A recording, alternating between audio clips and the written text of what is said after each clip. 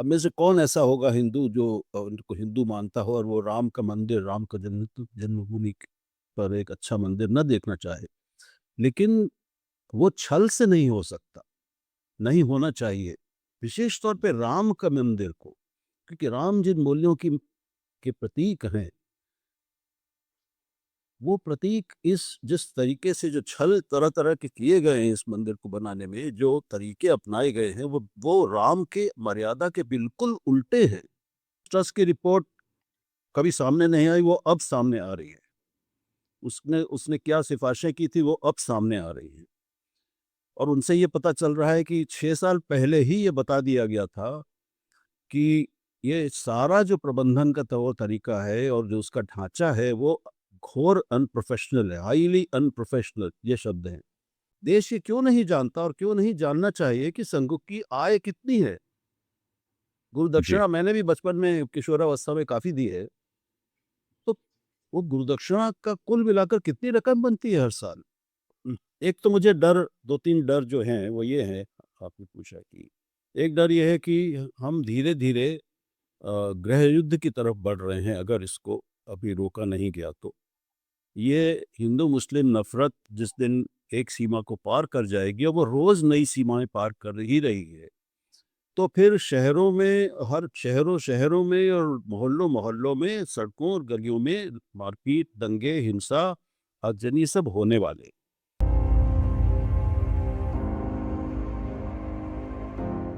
नमस्कार, मैं हूँ निधीश त्यागी और आप हैं हरकारा के डीप डाइव पर। और हमारे साथ हमारे खास मेहमान हैं राहुल देव साहब, जो हिंदी के आखिरी संपादकों में जिनको मैं जानता हूँ उनमें से एक हैं। और वो अ, प्रिंट के बहुत पुराने संपादक रहे जनसत्ता में, उसके बाद टीवी में रहे कई जगहों पे। आज तक जो कि मुझे याद पड़ता है, पर साथ में टीवी में काफ़ी समय रहे और उसके बाद अभी वो लखनऊ में हैं। और मैं उनसे राम मंदिर के बारे में जो विवाद चल रहा है, जो बखेड़ा है, उसके बारे में बात करना चाह रहा था, क्योंकि उसके वहाँ पे उसको किस तरह से वो देखते हैं और उसके क्या मतलब हम सबको निकालने चाहिए जिस इस समय में और इस देश काल में जहाँ पर अभी हम लोग उपस्थित हैं। राहुल जी, बहुत-बहुत स्वागत है आपका हरकारा में धन्यवाद। इस बातचीत धन्यवाद के लिए। निधीश, बहुत अच्छा लग रहा है आपसे बात करके आज।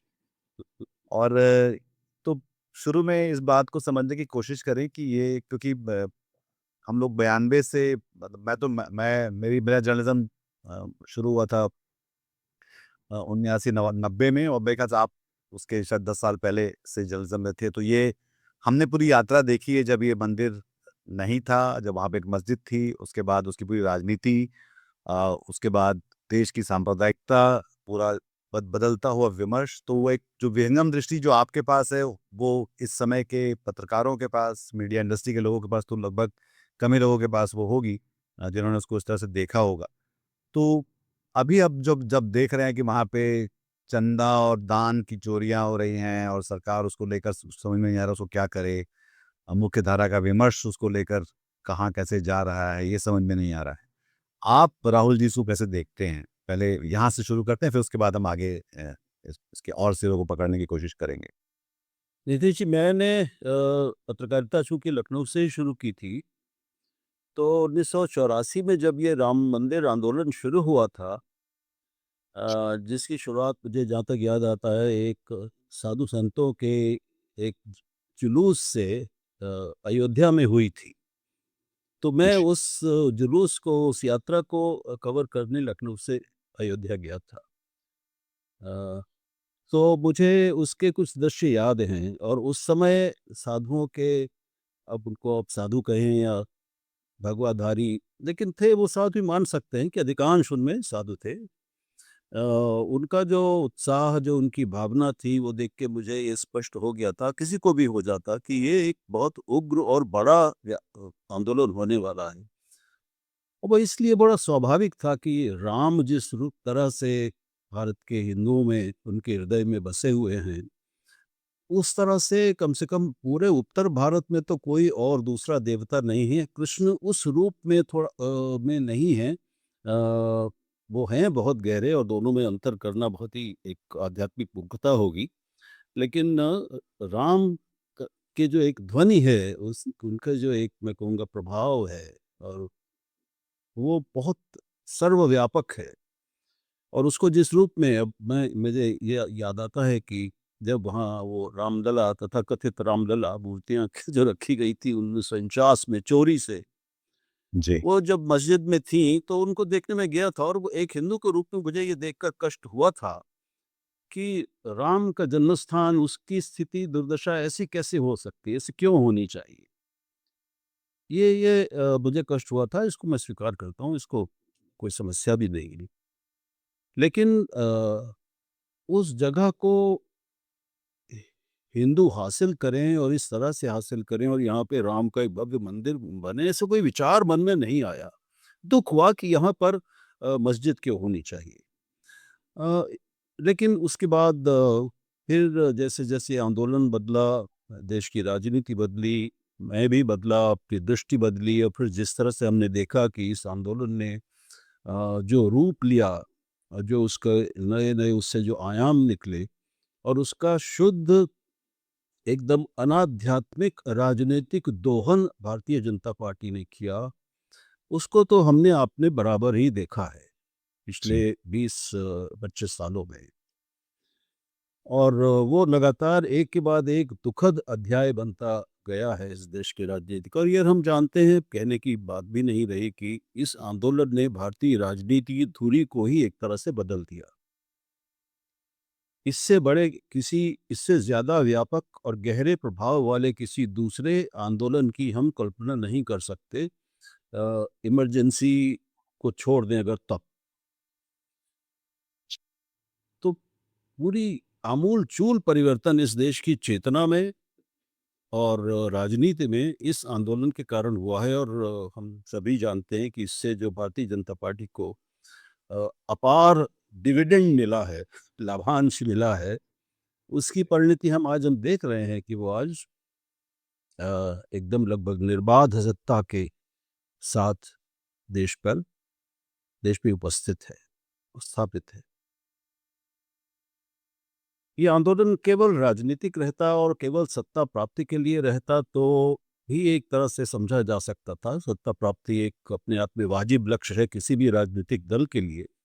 राजनीति लोग करते ही इसलिए हैं कि सत्ता में आए, और जो वहाँ पर है उसको हटाकर हम खुद सत्ता में आए। लेकिन इसका जो दूसरा पक्ष है कि इस एक आंदोलन के कारण कितनी जानें गई हैं भारत में, कितनी इंसानी कीमत चुकाई गई है अलग-अलग लोगों द्वारा, अलग-अलग धर्मों के लोगों द्वारा, और समाज किस तरह से विकृत हुआ है, जिससे राजनीति विकृत हुई है, उसकी कोई गिनती ही नहीं हो सकती, कोई उसको नापा नहीं जा सकता।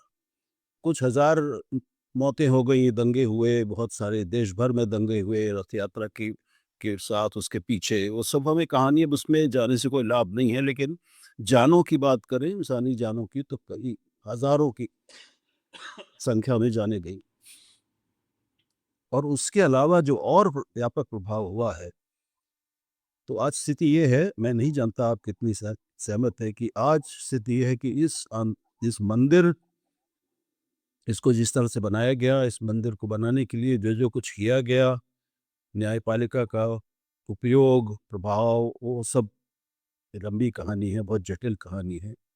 लेकिन आज स्थिति है कि देश की कोई भी राजनीतिक पार्टी, विपक्षी हो, वो घोर भाजपा विरोधी हो तो भी हो, इस मंदिर का सीधा विरोध नहीं कर सकती, और इस मंदिर से जुड़ी हुई भावनाओं का सीधा विरोध नहीं कर सकती। और उसको अपना सारा विपक्षी विरोधी काम करते हुए भी, अपनी बातें करते हुए भी, अपने को इस तरह से करना होता है कि वो हिंदुओं को राम विरोधी या राम मंदिर विरोधी ना दिखाई दे। ये बड़ी बात हुई है, मैं समझता हूँ। जबकि मेरी अपनी दृष्टि है, अब में से कौन ऐसा होगा हिंदू जो उनको हिंदू मानता हो और वो राम का मंदिर, राम का जन्मभूमि पर एक अच्छा मंदिर ना देखना चाहे। लेकिन वो छल से नहीं हो सकता, नहीं होना चाहिए। विशेष तौर पे राम का मंदिर को, क्योंकि राम जिन मूल्यों की के प्रतीक हैं, वो प्रतीक इस जिस तरीके से जो छल तरह-तरह के किए गए हैं इस मंदिर को बनाने में, जो तरीके अपनाए गए हैं, वो राम के मर्यादा के बिल्कुल उल्टे हैं। तो मैं धार्मिक आध्यात्मिक व्यक्ति हूँ और इस रूप में मैं बहुत आहत महसूस करता हूँ कि ये एक बहुत राम विरोधी तौर तरीकों से, झूठ से, छल से, कपट से, सत्ता का प्रभाव का इस्तेमाल करके, पैसे का इस्तेमाल करके लोगों को भड़काकर, लोगों को दिग्भ्रमित करके, उनकी भावनाओं का दोहन करके, उनकी भक्ति का दोहन करके ये पूरा ढांचा खड़ा किया गया है।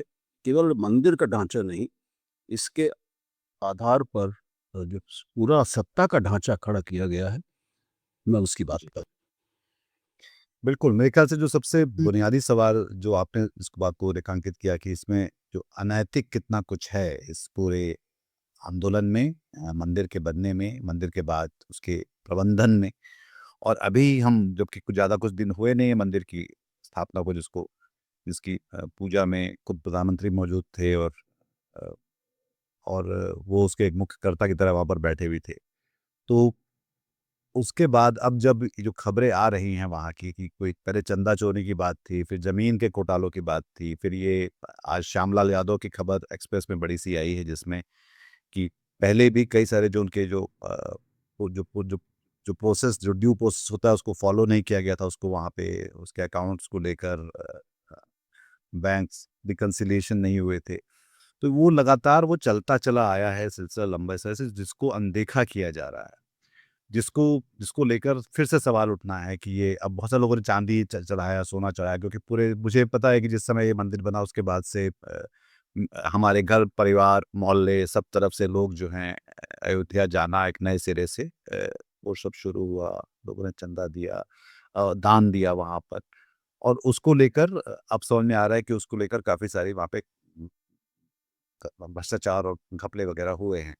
सरकार ने अभी तक एफआईआर दर्ज नहीं की, उन्होंने एक एसआईटी बैठा दी है, जो कि एक खुद ही लग रहा है कि वो एक बचने बचाने की कार्रवाई है, जो कि, और एक कोई चंपत राय साहब हैं जो जिनका नाम बार-बार लिया जा रहा है, पर इसका इंचार्ज कौन है? क्योंकि हर हर जगह हम जब सवाल ये करना ही चाहिए भारत में और किसी भी जिंदा लोकतंत्र में कि भई इंचार्ज कौन है इस चीज़ का? तो क्या उसका इंचार्ज अ, कोई धार्मिक व्यक्ति है? या अगर धार्मिक व्यक्ति है तो अगर प्रधानमंत्री वहाँ पर गए थे उसके मुख्यकर्ता हो गए तो वो उसके इंचार्ज हैं या सरकार उसकी इंचार्ज है? कौन उसका इंचार्ज है जो जिसके नाक के नीचे ये सब हो रहा है? क्योंकि इस नाक के नीचे हम बहुत सारी चीज़ें होते हुए देखते रहे जिसका हमको मालूम नहीं चलता कि इसका ज़िम्मेदार कौन था? जैसे कि पहलगाम हुआ था, या अभी ये जो एग्ज़ाम हो रहे हैं कि इसको लेकर हम कह रहे हैं कि शिक्षा मंत्री इस्तीफ़ा दे देंगे तो शायद सारी व्यवस्था ठीक हो जाएगी। कैसे ठीक हो जाएगी? मुझे समझ में नहीं आती बात ये। जवाबदेह कौन है मुख्य? जी, जवाबदेह कौन है और उसको वो पारदर्शिता के साथ इसकी ज़िम्मेदारी क्यों नहीं लेता? मतलब ये इसलिए भी हो रहा है क्योंकि हमें ये नहीं मालूम है, जनता को ये नहीं बताया जा रहा है कि भई ये राम मंदिर बना है जो सबसे सबसे बड़ा आंदोलन है पिछले शायद 200 सालों में। हिंदू धर्म की बात करें तो भारत की लोकतांत्रिक राजनीति की बात करें तो भी हम कर सकते हैं। आज़ादी के बाद शायद सबसे बड़ा जो एक मुहिम खड़ी हुई वो राम मंदिर को लेकर हुई। तो पर उसका इंचार्ज कौन है जो जो ये सब करके आ रहा है, और उससे हम सवाल क्यों नहीं पूछ रहे हैं और वो खुद जवाब क्यों नहीं दे रहा है?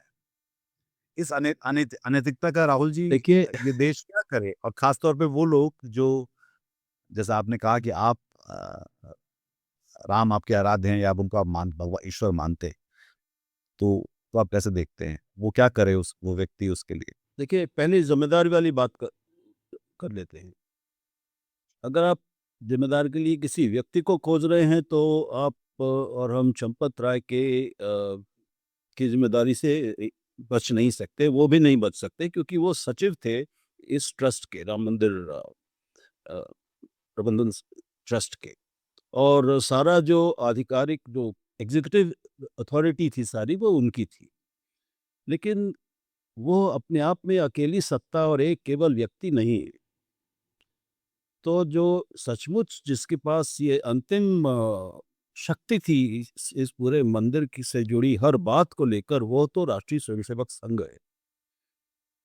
ये शुरू से संघ का ही प्रोजेक्ट था, उसी रूप में चला। इस मंदिर को बनाने में, इसके लिए सारी जनशक्ति जुटाने में, धन शक्ति जुटाने में, सारा जन समर्थन हासिल करने में जो बीजेपी को फायदा हुआ वो एक तरह से आनुषंगिक फायदा है।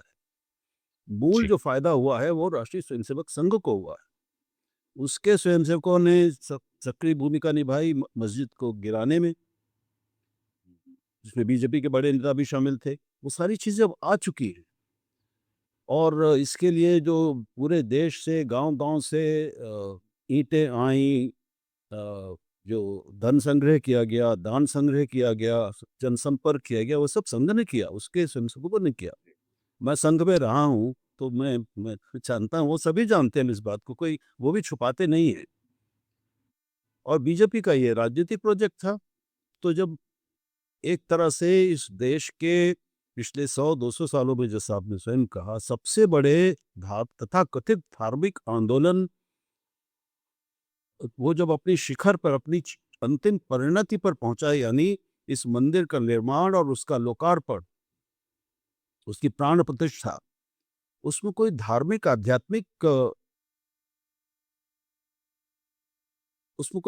आध्यात्मिक व्यक्ति वहां पर नहीं था या नहीं थे।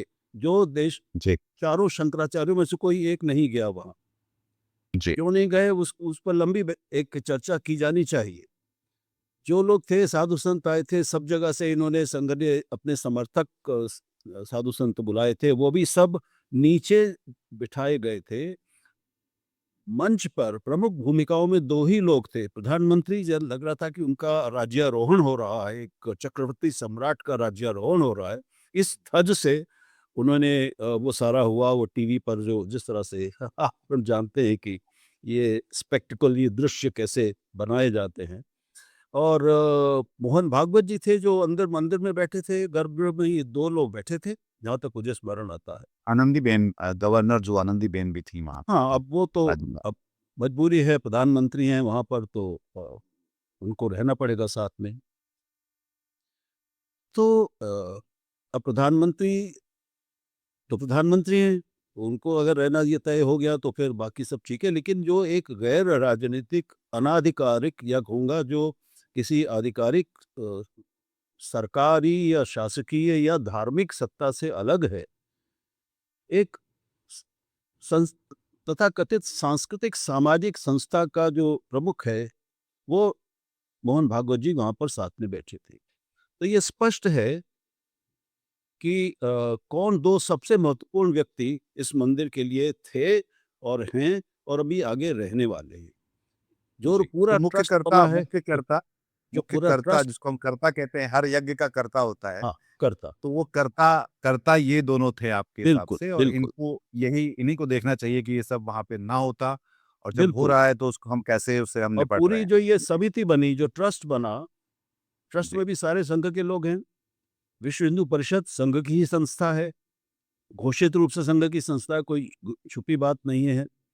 जो सरकारी लोग भी वहाँ पे बिठाए गए, वो भी संघ समर्थक हैं और संघ की, जिसे कहते हैं हम, गुड बुक्स कहते हैं, जो जिन पर संघ को विश्वास है, जो भीतर से स्वयंसेवक हैं, बाहर से कुछ भी हो, सरकारी ओहदा हो सकता है उनका, उनको बनाया गया। उसके सारे प्रबंधन में जो शुरू से लेके अंत तक जो प्रमुख व्यक्ति शुरू से आज तक हैं, वो सब संघ के और विश्व हिंदू परिषद के लोग हैं। और उन्होंने अपने कुछ नाते रिश्तेदारों को, दोस्तों को, परिचितों को लगा दिया, वो एक अलग वो चीज़ें अब सामने आ रही हैं। तो परतें तो अब खुलनी शुरू हुई हैं। हमें ये शंका है, और वाजिब शंका है, कि भई इस केंद्र सरकार उनकी, राज्य सरकार उनकी, योगी, गलती हो गई मुझसे, योगी उनको नहीं कहना चाहिए, कि कहीं से भी योगी नहीं है वो, महंत हैं आदित्यनाथ जी। तो सब कुछ जब उनके हाथ में है, सत्ता का हर सूत्र उनके हाथ में है, तो उसमें कितनी निष्पक्ष जांच होगी? एसआईटी की जांच में फिर भी जो तथ्य सामने आए हैं, वो अपने आप में ही काफ़ी चौंकाने वाले हैं और विस्फोटक हैं। लेकिन जो सामने नहीं आया है, जो हम जानते ही नहीं है अभी, क्या-क्या नहीं आया, हम नहीं जान सकते कभी, और शायद कभी जान भी नहीं पाएँगे। तो लेकिन जो सामने आया है, वही ये बता रहा है कि किस उच्चतम सीमा तक असावधानी बरती गई, लापरवाही बरती गई, मनमाने ढंग से काम किया गया, अनप्रोफेशनल ढंग से काम किया, घोर अनप्रोफेशनल, तो एसआईटी की टीम ने कहा है। फिर जो भी बात आई है 6 साल पहले, जो एक निजी फर्म ने ऑडिट किया था, जिसको ट्रस्ट ने खुद करवाया था ऑडिट को, उस ट्रस्ट की रिपोर्ट कभी सामने नहीं आई, वो अब सामने आ रही है। उसने उसने क्या सिफ़ारिशें की थी, वो अब सामने आ रही हैं। और उनसे ये पता चल रहा है कि 6 साल पहले ही ये बता दिया गया था कि ये सारा जो प्रबंधन का तौर तरीका है और जो उसका ढाँचा है, वो घोर अनप्रोफ़ेशनल है, हाइली अनप्रोफ़ेशनल, ये शब्द हैं। जी। लेकिन उनके ये बाद भी क्या बहुत मतलब बहुत इसको मैं कहता हूँ कि बहुत सस्ते में छोड़ देना है, ऐसा कहना भी, ख़ास तौर पे जब इतनी सारी आस्थाएँ, इतना सारा विश्वास, बिल्कुल। इतने सारे लोग उनसे जुड़े हुए हैं।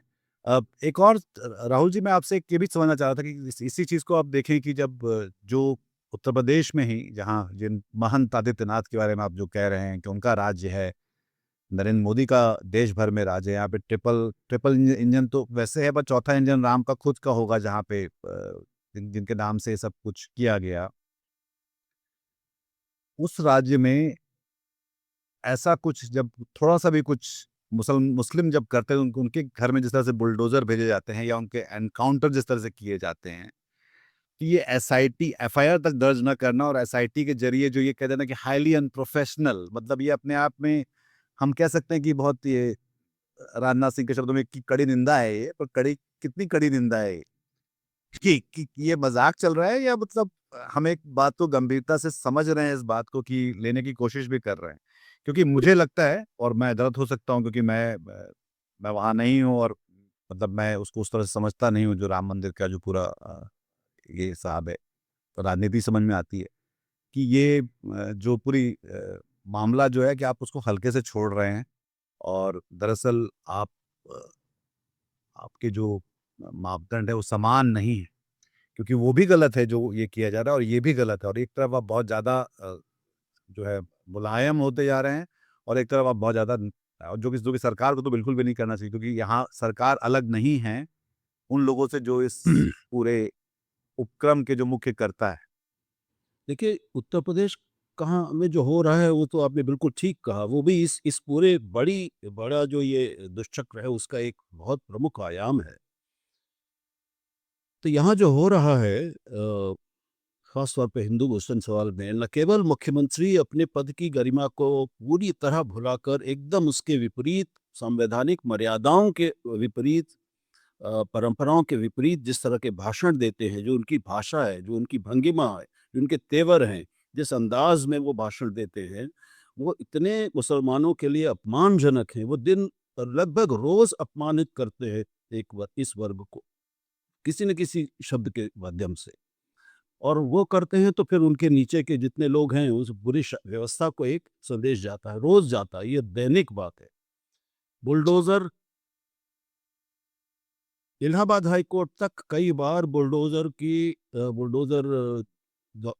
न्याय के अन्यायी चरित्र को उजागर कर चुका है। उस पर कड़ी से कड़ी टिप्पणियाँ कर चुका है। मना कर चुका है सरकार को कि आप ये बंद करिए इसको। सर्वोच्च न्यायालय कर चुका है। कोई प्रभाव नहीं है उसका। खुलेआम न्यायिक आदेशों की, निर्देशों की और टिप्पणियों की अवहेलना खुलेआम की जा रही है। कोई बोलता नहीं और अब न्यायालय भी खुद ये कहने के बाद फिर वो उसका कोई निगरानी नहीं करते कि हमारे आदेशों का पालन हो रहा है कि नहीं हो रहा, उस पर कुछ नहीं होता। और दूसरी तरफ ये, बिल्कुल ठीक कहा आपने, दोनों अप्रोचेज़ में, दोनों तरीकों में इतना बड़ा व्यापक अंतर है। अब दिक्कत ये ऐसे फँस गए हैं और एक बहुत गंभीर, मैं समझता हूँ कि इतने कई एक दशक में इससे बड़ी कोई गंभीर चुनौती इस पूरे हिंदुत्व ढांचे को नहीं मिली है, जो इस मंदिर के इन रहस्योद्घाटनों से हुआ है, भ्रष्टाचार से उजागर हुआ है, कि जिस आस्था को भुनाकर उन्होंने सारे देश के हिंदुओं को लगभग अपनी तरफ कर लिया था, सारे हिंदुओं को तो नहीं, बहुत बड़े उनके एक जी, वर्ग को, बहुत सारे हिंदुओं को। जी। वो आस्था राम के प्रति थी, जिसको राम के साथ-साथ इन्होंने संघ और बीजेपी और इनको हिंदुत्व तथाकथित इस नकली राजनीतिक सावरकरी हिंदुत्व को जोड़ दिया।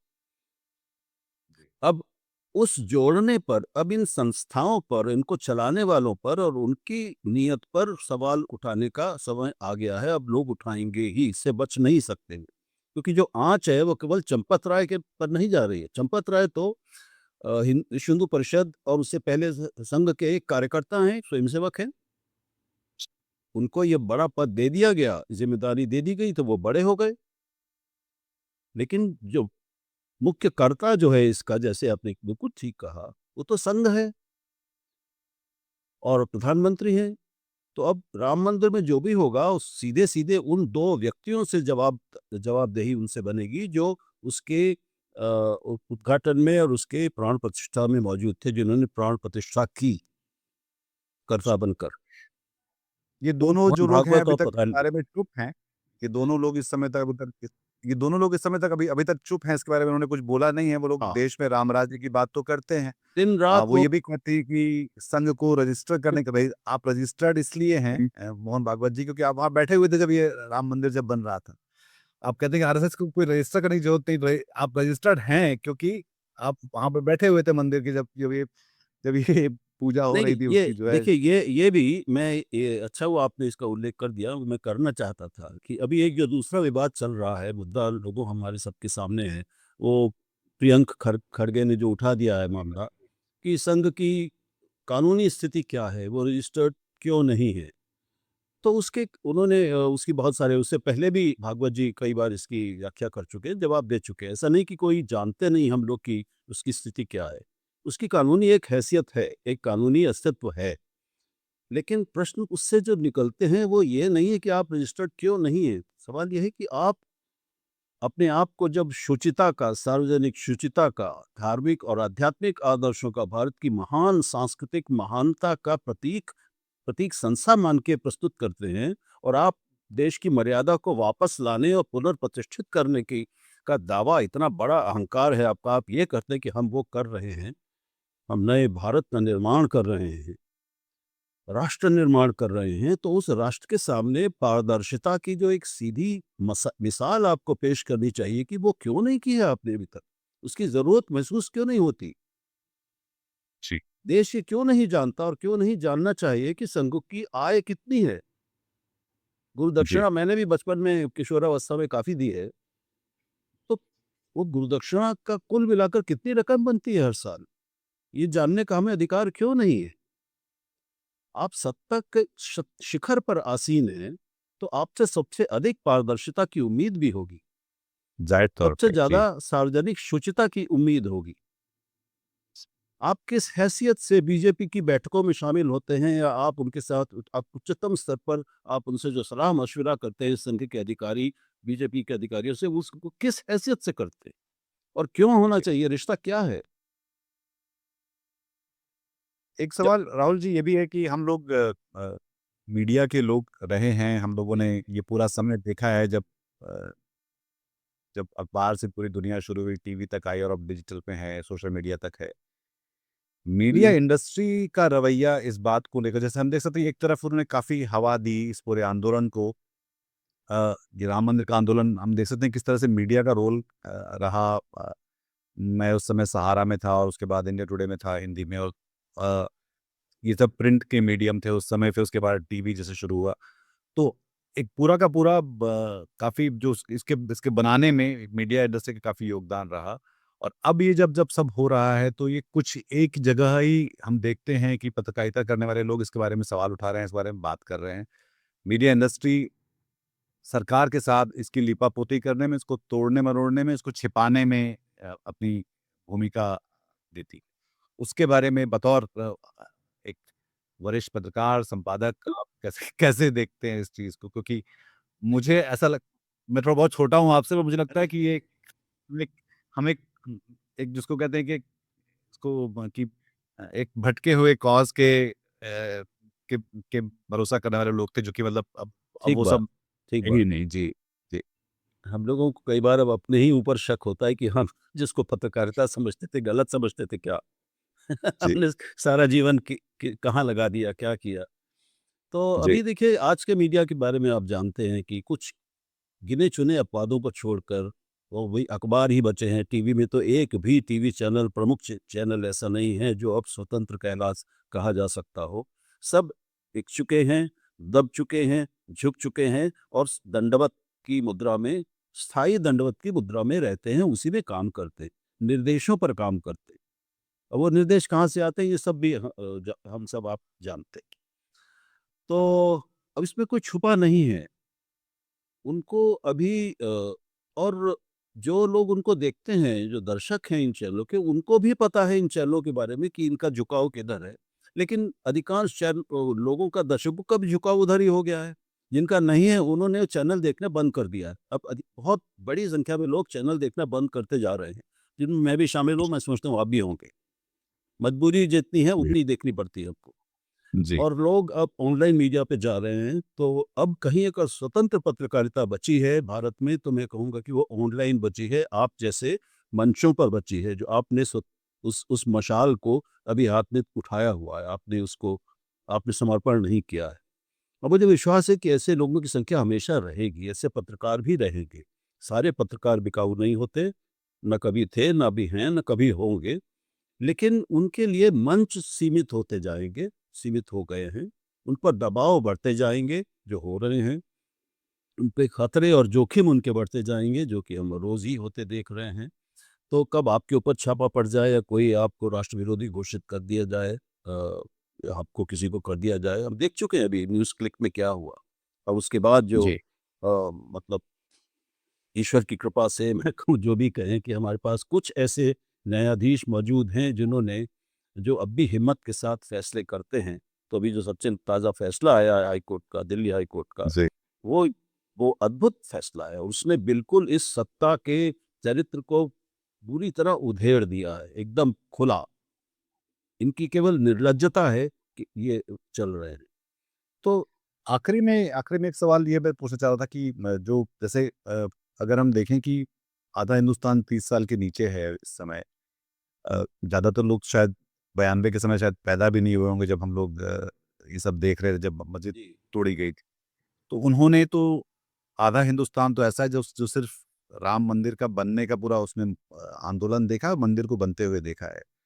अ, और दूसरा वर्ग जो है, जो भक्त है जिसको हम ये एक नया जो शब्द पिछले 14 सालों में बना है कि भक्त जो है, क्योंकि भक्त जो था हमारे लिए भक्ति संप्रदाय था, कविताओं का पूरा जो एक सूफीज़्म के साथ में जो खड़ा होता था। भक्त जो है वो अब एक नया शब्द बन गया, गढ़ गढ़ लिया गया इस बीच जो है। तो वो उस भक्त के दिमाग में ऐसा कुछ चलेगा जिसको बोलते हैं कि अंग्रेज़ी में शब्द है बायर्स रिमोर्स, कि मुझे कुछ खरीद के अफ़सोस हो जाए उस बात का कि मैं आपकी बात में तो आ गया पर मुझे अफ़सोस हो रहा है इस बात का कि मैंने क्यों क्यों खरीद लिया ये सौदा जो है, या क्यों देखिए, मैंने मान लिया ये सौदा। हमने नीतीश दोनों ने पिछले ही कुछ 1 सप्ताह के भीतर ऐसे वीडियोज़ देखे हैं, बिल्कुल सामान्य लोगों के, जो नीट की परीक्षा के साथ जो हुआ, जो बच्चों के साथ हुई, बच्चों की कुंठा, बच्चों की आत्महत्याएँ, जो माँ-बाप के साथ गुज़री है, बच्चों के साथ-साथ, उस पर खुलकर लोग अब बोल रहे हैं, माइक पर बोल रहे हैं। हमने सुना है, लोग ऐसे कह रहे हैं कि मैंने बीजेपी को वोट दिया, मैं बीजेपी का कार्यकर्ता हूँ, बीजेपी का कार्यकर्ता भी और मैं समर्थक भी हूँ। कई बहुत सारे जी, आए हैं, लेकिन इन्होंने ये जो किया, ये क्यों किया मैं नहीं जानता। लोग बिलख के रो रहे हैं। जी। ये जो आग लगी है लखनऊ में, अभी इतना बड़ा जी, अग्निकांड हुआ, मैंने इसमें देखा वो वीडियो म्यूट कर दिया गया जब उन्होंने कहा कि वो और फिर डिलीट कर दिया गया उसी। उस पर कुछ बोलना कठिन है। अब लोग सवाल करने लगे हैं, और वो जाएँगे कहाँ अगर सवाल नहीं करेंगे, जब अपने ऊपर आती है। तो मैं बहुत दिनों से अपने मित्रों को ये समझा रहा हूँ, जो अपने संघ के मित्रों को भी कोशिश कर रहा हूँ, कि अभी आप जो आग भड़का रहे हैं, ये जब गली-गली, मोहल्ले-मोहल्ले जब ये भड़कनी शुरू होगी और आग लगनी शुरू होगी और दंगे मारपीट शुरू होगी, तब कोई बचाने नहीं आएगा, तब हमारा पड़ोसी ही हमें बचाएगा। इनको ये समझ जी, में नहीं आता, इन लोगों को। और लोगों को धीरे-धीरे आ रहा है, देखिए। नीट के कारण अभी ये कॉकरोच पार्टी की कई जगह, जो अलग-अलग शहरों में उन्होंने जो रैलियाँ की हैं, सभाएँ की हैं, उसमें भी लोग खुल के बोल रहे हैं। उनको भी अगर हम सुनें, तो उसमें बहुत से समर्थक युवा भी गए हैं, और वो कह रहे हैं, क्योंकि जो मूल सवाल हैं, उनसे आज का युवा भी, वो कितना ही भक्त हो, उनसे कब तक मुँह चुराएगा? वो कब तक बिना नौकरी और बिना रोज़गार के और बिना आगे बढ़ने के अवसरों के कब तक जिएगा? कब तक नारे लगाएगा जय श्री राम और पीटेगा मुसलमानों को? उसको जीना उसमें तो उसमें एक और चीज़, बिल्कुल, उसमें एक और चीज़ ये भी है, क्योंकि अब अगर मैं परेशान हूँ, जैसे कि एक लोक है और लोक और तंत्र है। अगर मैं तंत्र से परेशान हूँ, तो लोक के पास रास्ते थे कि मैं यहाँ से परेशान हूँ, तो मैं यहाँ जा सकता हूँ, यहाँ से हूँ, तो यहाँ जा सकता हूँ। इस वक़्त ये जो सबसे बड़ा जो हासिल-ए-मुशायरा है नरेंद्र मोदी के, जो 14 साल से जो च 12 साल से जो चल रहा है मुशायरा, उसमें अब ये है कि आप नौकरशाही, अदालतें, चुनाव आयोग, कहाँ जाएँ? राजनेताओं के पास, जिस राजनेता को आपने वोट दिया, जिसके लिए वोट दिया, वो अब किसी और, वो वापस उसी पार्टी में है जिसके खिलाफ आपने वोट दिया था। तो अब जो है इस पूरी उस स्थिति में, मतलब वो भक्त भी क्या करे, या जो वोटर है वो क्या करे, और जो वोटर नहीं है वो क्या करे? क्योंकि अब किसी के पास, जिसको एजेंसी कहते हैं, वो अब एजेंसी कहाँ रह जाती है हमारे पास, कि हम चाहे बीजेपी के वोटर हैं, जैसे कि जिसको लेकर वो बिलख पड़े, और हम कई लोगों को ऐसे जानते हैं। एक शंकराचार्य है जो सवाल कर रहे हैं इस पूरी बात पे। मुसलमान तो हर जगह परेशान दिखते हैं, क्योंकि कब कहाँ पर किसका बुलडोजर आके चढ़ जाएगा कोई नहीं जानता, कब किसी को उठा के ले जाएंगे। उत्तर प्रदेश में बार बार कानून तोड़कर पुलिस जो है एनकाउंटर करती है, और वो उसको एनकाउंटर राज बताते और हैं कि हम बिल्कुल कितने। बेशर्मी से करती है। मुख्यमंत्री को भी कोई शर्म नहीं आती ये कहते हुए, ये और जो एक जितने आप एक फ़ोटो छप रहे हैं, सबके पैरों में ही गोली लग रही है। विशेष ट्रेनिंग है उत्तर प्रदेश पुलिस को पैरों में निशानेबाजी की। मैं सोच रहा था कि चंपत राय जब जब चंदा लेके चंपत हो रहे होंगे, तो उनको गोली कहाँ मारी जाएगी?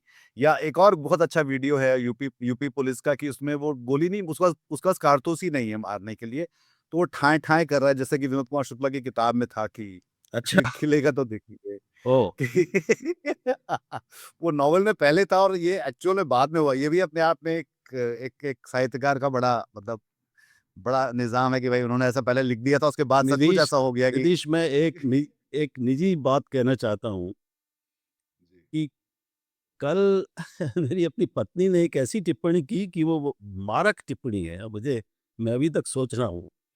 वो राजनीति में बहुत रुचि नहीं लेती, उसकी रुचियाँ जी, अलग हैं, एक सामान्य गृहिणी है। उसने कहा कि जितनी भक्ति बढ़ रही है, उतने अपराध बढ़ रहे हैं। जी, ये मैं बिल्कुल। समझता हूँ अपने आप में एक पूरी गौर बड़ी करने, ध्यान देने पीढ़ियों में लायक। पड़ी है। मैं जो आखिरी सवाल जो पूछा, इस पे फिर इसके बाद हम लोग बात खत्म करेंगे, कि ये जो जी। इस देश की जो लोकतंत्र की जो संवैधानिकता है, चाहे वो राम मंदिर को लेकर हो, या वहाँ जो चोरी हो रही है उसको लेकर हो, अ, राजनीति में हो रही हो, अ, बच्चों के साथ जो कुछ हो रहा है, हमारे पास इस बात के लेकर अब कोई तरीके नहीं कि हम अपने विरोध, अपना अपना इंसाफ मांग सकें इस व्यवस्था में। और ये सबसे ज़्यादा जो जिसको बोलते हैं कि जन विरोधी समय इसलिए सबसे ज़्यादा है इस समय। इस पे आप क्या कहते हैं सर? फिर हम लोग अपनी बात खत्म करेंगे। ये हमारे लोकतंत्र के लिए बहुत बहुत खतरनाक समय है। ज़ाहिर है कि लोकतंत्र के लिए खतरनाक है, तो हम सबके लिए, नागरिकों के लिए बहुत खतरनाक समय है। क्योंकि हम नहीं जानते, नागरिक नहीं जानता कि उसको कब किस अपराध में कौन उससे नाखुश हो जाए, और उसके ऊपर कौन-सी धारा लागू करके उसको बंद कर दिया जाए, कार्रवाई कर दी जाए। और अगर वो मुसलमान नागरिक है भारत का, तब तो वो मतलब जन्मजात अपराधी ही मान लिया गया है। अब यही उसको मान लेना चाहिए कि मुझे जन्मजात अपराधी ही माना जाएगा, इसलिए मैं सावधान रहूँ। तो एक तो मुझे डर, 2-3 डर जो हैं वो ये हैं, आपने पूछा कि एक डर ये है कि हम धीरे-धीरे गृह युद्ध की तरफ बढ़ रहे हैं, अगर इसको अभी रोका नहीं गया तो। ये हिंदू-मुस्लिम नफ़रत जिस दिन एक सीमा को पार कर जाएगी, और वो रोज़ नई सीमाएँ पार कर ही रही है, तो फिर शहरों में, हर शहरों-शहरों में और मोहल्लों-मोहल्लों में, सड़कों और गलियों में मारपीट, दंगे, हिंसा, आगजनी सब होने वाले। तो तब देश को बहुत मजबूत बनाने की बातें की जा रही हैं, विकसित भारत, सुदृढ़ भारत, मजबूत भारत।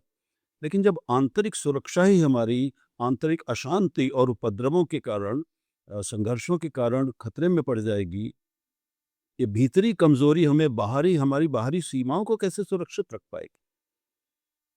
मैं अंतिम बात ये कहना चाहता हूँ, तो एक तो लोकतंत्र के लिए, दूसरे लोकतंत्र में जब नागरिक के पास कोई भी विकल्प नहीं बचेगा, तो वो सब लोग वोट देना बंद तो नहीं करेंगे, लेकिन अ, अब जो विकल्प भी आएँगे, वो भी एक तरह से थोड़ा 19-20 के फ़र्क के साथ शायद अभी जो हो रहा है उसका प्रतिरूप ही होंगे, क्योंकि सब पूरी समूची राजनीतिक संस्कृति ऐसी हो गई। एक बड़ा खतरा ये कि हमें अभी क्षितिज पर ऐसा कोई पता नहीं, हमारे कई मित्रों को कांग्रेस में या राहुल गांधी में बहुत संभावनाएं नजर आती हैं। मैं अभी थोड़ा सा उतना आशावादी नहीं हो पा रहा। तो अ, अगले 5-10 साल तो मुझे नहीं लगता कि कोई दूसरी ऐसी सात्विक शक्ति, सचमुच सच्ची लोकतांत्रिक और बुद्धिमान शक्ति क्षितिज पर उभरने वाली है जो इसको बदल सके, चुनौती दे सके। ऐसा हो जाए तो बहुत अच्छा होगा, हम सभी खुश होंगे। तो अ, शायद ये अंतर्राष्ट्रीय निंदा का डर ही है जो अभी इस सत्ता को बहुत सारे काम करने से रोके हुए है। लेकिन ये धीरे-धीरे लोकतांत्रिक समर्थन विधानसभाओं में और संसद में अपनी शक्ति बढ़ाकर धीरे-धीरे वो भी करेंगे, ताकि उनको एक इसी के साथ उनको बहाना मिलता जाएगा कि ये तो लोकतंत्र से हम चुनकर आए हुए हैं, लोकतांत्रिक व्यवस्था से, इसलिए लोगों ने हमें जनादेश दिया है, हम पब्लिक मैंडेट को ही पूरा कर रहे हैं। ये बहुत बड़ा खतरा है जो हमारे पूरे संवैधानिक ढांचे को पूरी तरह बदल सकता है, विकृत कर सकता है और कमज़ोर कर सकता है।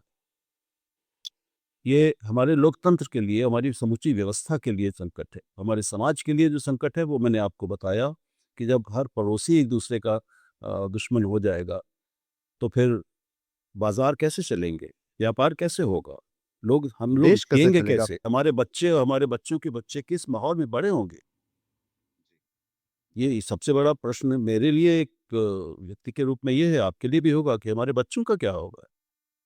आधा हिंदुस्तान का सवाल है, सिर्फ मेरे मेरे और आपके बच्चों के साथ साथ उस आधे बिल्कुल, हिंदुस्तान से जो 30 साल से नीचे का बिल्कुल। इस समय है। और उसका नुकसान जो ये लोग कर रहे हैं, जो लोग कर रहे हैं, उनके बच्चों को भी तो होगा, वो उससे कैसे बचेंगे? सबके पास इतनी शक्ति, इतना पैसा कहाँ होता है कि अपने बच्चों को विदेश में सेटल कर दें, पढ़ाने के लिए भी बाहर भेज दें और वहीं सेटल करवा दें। कुछ लोग 0.001% लोग होंगे ऐसे जो कर सकते होंगे। बाकी लोग क्या करेंगे? बाकी हमारे जो संघ के कार्यकर्ता हों एवं विश्व हिंदू परिषद के तथाकथित भक्त लोग हों, इनको रहना तो भारत में ही है। उनके बच्चों, उनके संतानों को उनका क्या होगा? उनको उनको अपने उनकी सुरक्षा की चिंता नहीं है। मुझे ये देख के बहुत अजीब लगता है। तो इस बातचीत को यहाँ पे खत्म करते हैं। करीब काफ़ी लंबी बात रही है हमारी। राहुल जी, बहुत-बहुत शुक्रिया इस बातचीत में शामिल होने के लिए। दर्शकों, आपका भी एक नया जिसको बोलते हैं कि एक परिदृश्य उन्होंने जो बताया इसके बारे में राम मंदिर को लेकर, और उसके साथ-साथ पूरे देश के लिए इस बात का क्या मतलब है, अ, ये समझने के लिए इनका से बातचीत बहुत ज़रूरी है। अगर आपको ये बात अच्छी लगी तो अपने हम ख़याल लोगों के साथ इसको साझा करिए, हमारे चैनल को सब्सक्राइब करिए, लाइक करिए, सपोर्ट करिए, शेयर करिए और बने रहिए हमारे साथ। हम लोग हरकारा में शोर कम रोशनी ज़्यादा, जो कि हमारी टैगलाइन है। हम ऐसी ही बातें आपके पास लाते रहेंगे जो कि जिससे ज़्यादातर लोग जो हिंदी में मीडिया इंडस्ट्री चलाते हैं या बातें करते हैं, जो ज़्यादातर लोग जो हैं वो इस बात से बचते हैं। हम लोग उसको बार-बार रोशनी में लाने की कोशिश कर रहे होते हैं। तो इसलिए बने रहिए हमारे साथ। बहुत-बहुत शुक्रिया आपका, बहुत-बहुत धन्यवाद। अपना ख़्याल रखिए। नमस्कार। नमस्कार। हिंदी में खबरें कितनी सारी हैं। आप दरअसल इन्फॉर्मेशन ओवरलोड के शिकार हैं। खबरें आ रही हैं आपके व्हाट्सएप पर, कुछ सच्ची, कुछ झूठी, कुछ तोड़-मरोड़ कर पेश की हुई, और आपके लिए कितना मुश्किल है कि ये तय कर पाएँ कि सच कहाँ है, जो ज़रूरी है और जो प्रासंगिक है इस समय की दुनिया के लिए, इस समय के देश के लिए, इस समय की नागरिकता के लिए, वो खबरें कहाँ हैं। और उन खबरों को हरकारा आपके पास लेकर आता है। हरकारा, जैसे कि हमारी टैगलाइन है, शोर कम और रोशनी ज़्यादा। और इसलिए हाँ, वहाँ पर आप लगातार पाएँगे कि जो जन पक्षधर मुद्दे हैं, जो जन पक्षधर खबरें हैं, जो जन पक्षधर सवाल हैं, वो वहाँ पर लगातार जिन पर चर्चा होती रहती है। और उसके लिए आप देख सकते हैं कि लगातार किस तरह के लोग हमारे यहाँ आते हैं। हिंदी में जो मीडिया इंडस्ट्री है वो काफ़ी बड़ी है, पर हिंदी में जो पत्रकारिता है वो छोटी होती जा रही है। हरकारा की कोशिश उसे बचा के रखने की है और उसके लिए हमें आपकी ज़रूरत है। हम यहाँ लगातार वो चर्चाएँ, वो बातचीत, वो खबरें, वो एक्सप्लेनर्स आप तक लाते हैं, वीडियो के ज़रिए, ऑडियो के ज़रिए और टेक्स्ट के ज़रिए, जो इस विमर्श को आगे बढ़ाने में मदद करती है। बिना आपकी भागीदारी के ये मुमकिन नहीं है। इसलिए हम चाहते हैं आपसे कि आप इस खबरों को साझा करिए, हमारे चैनलों को साझा करिए, हमें समर्थन दीजिए, आर्थिक सहयोग दीजिए। हम अपना क्यूआर कोड आपके साथ यहाँ साझा कर रहे हैं। आप चाहें तो यहाँ पर अपना योगदान दे सकते हैं। आपके सहयोग से चलती रहेगी हरकारा की दुनिया और बची रहेगी पत्रकारिता का ये मिशन। आज की ताजा खबर, आज की ताजा खबर, आज की ताजा खबर। आओ काका जी इधर, आओ मामा जी इधर, सुनो दुनिया की खबर।